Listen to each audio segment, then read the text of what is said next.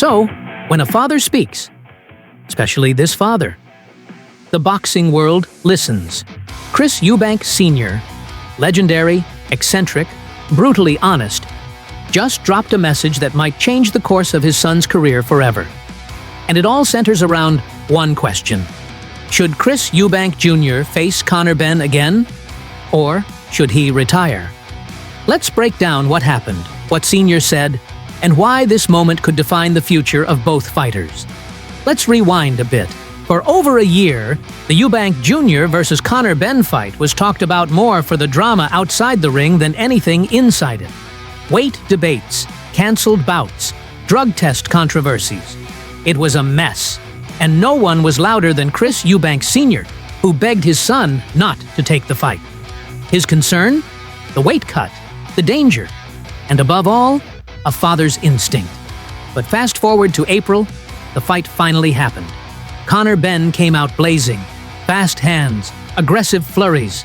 But Eubank Jr., bigger and more experienced, absorbed it, adjusted, and came on strong down the stretch. All three judges gave it to Eubank, a clear, unanimous decision.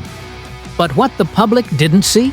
Eubank Jr. spent days in the hospital after the fight. And that's where the conversation took a serious turn. Chris Eubank Sr. recently sat down on his own YouTube channel, and what he said, it wasn't hype. It was raw. It was emotional. And it was real. I must remember what happened. I saw my son in a touch or go situation, life or death. You could hear the pain in his voice. To him, that fight wasn't just another big money event. It was a moment that could have changed everything, and not in a good way.